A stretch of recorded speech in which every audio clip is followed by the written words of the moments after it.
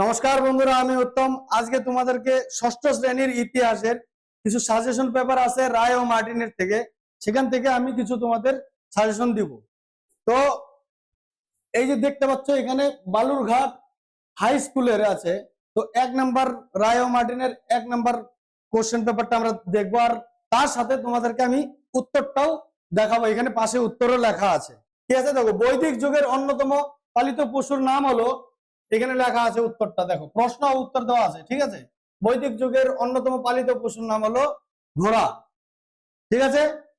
মনে থাকবে? আচ্ছা, তাহলে দ্বিতীয় প্রশ্নের উত্তর হচ্ছে, প্রিয়দর্শী উপাধি যোগ করেছিলেন চন্দ্রগুপ্ত, সম্রাট চন্দ্রগুপ্ত, সম্রাট অশোক, সম্রাট কনিষ্ক।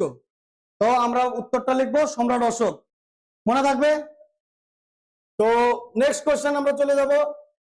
মেগালিথ হলো বড় পাথরের খেলনা, বড় পাথরের গাড়ি বা বড় পাথরের সমাধি। তো আমরা যেখানে লাল করে দেওয়া আছে, তো লিখবো উত্তরটা হবে সি, বড় পাথরের সমাধি। তো জৈন ধর্মের মোট তীর্থঙ্কর ছিলেন কতজন? 24 জন। তো এখানে উত্তরটা দেখো লাল কালারে দেওয়া আছে, 24 জন, ঠিক আছে? তো এরপর আমরা আসবো, শরীফ রাজ্যের ঠক ফেরিওয়ালা ছিলেন কে? B number, সেরিবা। তো মনে থাকবে তোমাদের, শর্ট কোশ্চেন। তো এক কথায় উত্তর দাও যে কোনো 3টি। এই যে এখানে দেখো 2 নম্বরে দেখো, এক কথায় উত্তর দাও যে কোনো 3টি প্রশ্নের উত্তর দাও। এখানে তোমাদের 5টি প্রশ্ন উত্তর দেওয়া আছে। তো এখান থেকে যে কোনো 3টা তোমরা উত্তর করবে, ঠিক আছে? তো 1 নম্বর প্রশ্নতে যাচ্ছি আমরা। ভারতের জাতীয় প্রতীকের নাম কি? অশোক স্তম্ভ, ঠিক আছে? তো দ্বিতীয় নাম্বারটা কি? বর্ধমান মহাবীর কে ছিলেন?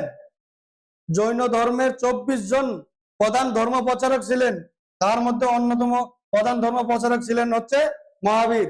মহাবীরটা কে সেটা তো তোমরা জানো, আমরা গৌতম বুদ্ধকে বলি, ঠিক আছে? তো 3 নম্বরে চলে আসবো। আদি বৈদিক যুগের ইতিহাস জানার একমাত্র উপাদান কি ছিল? ঋগ্বেদ। তো প্রশ্নগুলো কিন্তু তোমরা অবশ্যই ভালোভাবে বাড়িতে মুখস্থ করবে, আর সাথে কমেন্ট করবে তোমরা। আর 4 নম্বরে চলে যাচ্ছে, তাহলে বৈদিক গণিত চর্চা কাদের হাতে শুরু হয়? এই যে দেখো এখানে লেখা আছে যজ্ঞবিদ তৈরির স্থাপিতদের।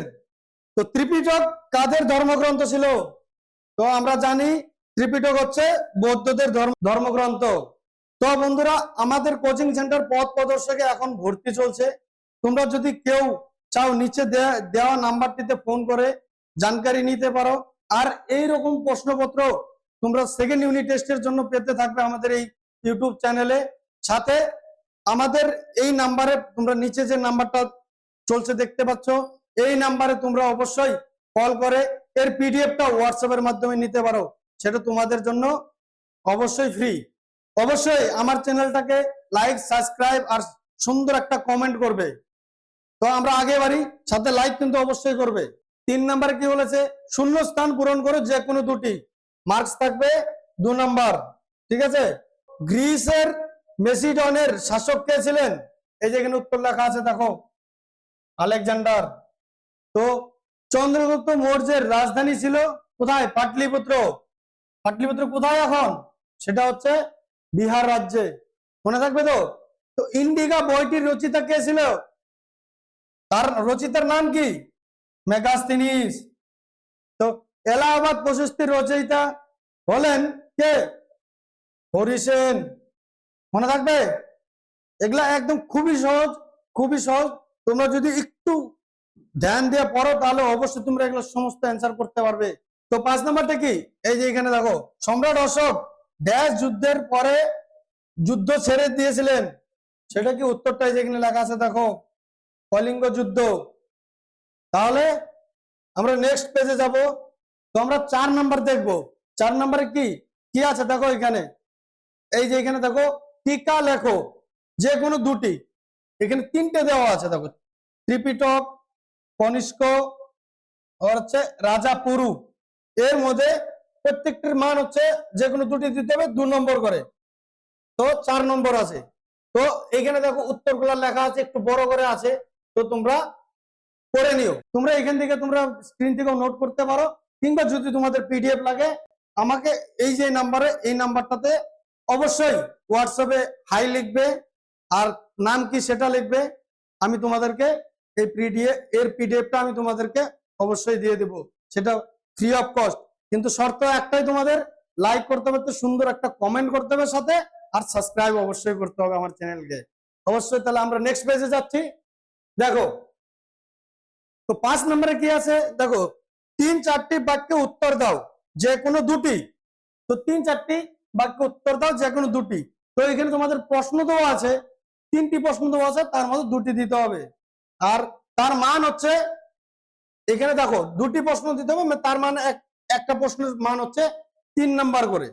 তো একটু বড় হবে তোমাদের জন্য প্রশ্নের উত্তরগুলো, এই যে দেখো। কিন্তু কিন্তু অবশ্যই কিন্তু এগুলো বহুত ইম্পর্টেন্ট প্রশ্ন। তো এরকম আরো আসবে কিন্তু তোমাদের, আরো আমি বানিয়ে দিব। তো দেখো বৈদিক যুগের জীবনযাপনের কয়টি পর্যায় ও কি কি, আমি উত্তরটা পড়বো না, একটু বড় আছে, তোমরা পড়ে নিও, তোমরা দেখে নিও, ঠিক আছে। তারপর 2 নম্বর কি, একলব্য কে ছিলেন?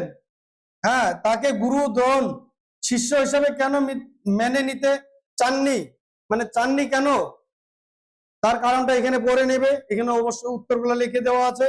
তো যাচ্ছি নেক্সট কি বলছে, দেখো 3 নম্বর প্রশ্ন উত্তরটা, গৌতম বুদ্ধের প্রথম নাম কি ছিল?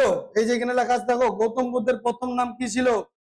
তিনি কোথায় ও কত বছর বয়সে সংসার ছেড়ে তপস্যা করতে চলে আসেন? তাহলে এই যে এখানে উত্তরটা একদম খুবই ছোট আছে, কিন্তু 3 নম্বরের এর মান, ঠিক আছে। দেখো গৌতম বুদ্ধের প্রথম নাম সিদ্ধার্থ ছিল, জানো তো? অবশ্যই কমেন্টে লিখবে। হ্যাঁ, তিনি বধ গয়ায় 29 বছর বয়সে সংসার ছেড়ে তপস্যা করতে চলে আসেন। তো আমরা তারপরে দেখো এইদিকে বড় বড় প্রশ্ন আসছে 6 নম্বরের, নিচের যে কোনো একটি প্রশ্নের উত্তর দাও। দেখো এই প্রশ্নের উত্তরের মান কিন্তু 5 নাম্বার। দেখো একটু এর জন্য এটা একটু বড় হবে। তো এখানে দেখো দেওয়া আছে বৈদিক যুগের রাজনীতি কিরকম ছিল, পয়েন্ট গুলো, ঠিক আছে। তারপর বৈদিক যুগের রাজনীতি নিয়ে একটু আমাদের আলোচনা ডিটেলে করা আছে এখানে, তোমরা এটা দেখে লিখে নিও, ঠিক আছে। তারপর এখানে 2 নম্বর প্রশ্নটা দেখো, এই যে এখানে দেওয়া আছে 2 নম্বর, গৌতমী পুত্র সাতকর্ণীর কৃতিত্ব আলোচনা করো। এই যে এখানে উত্তরটা কিন্তু দেওয়া আছে। তো তোমরা ভালো করে এটাকে পড়বে,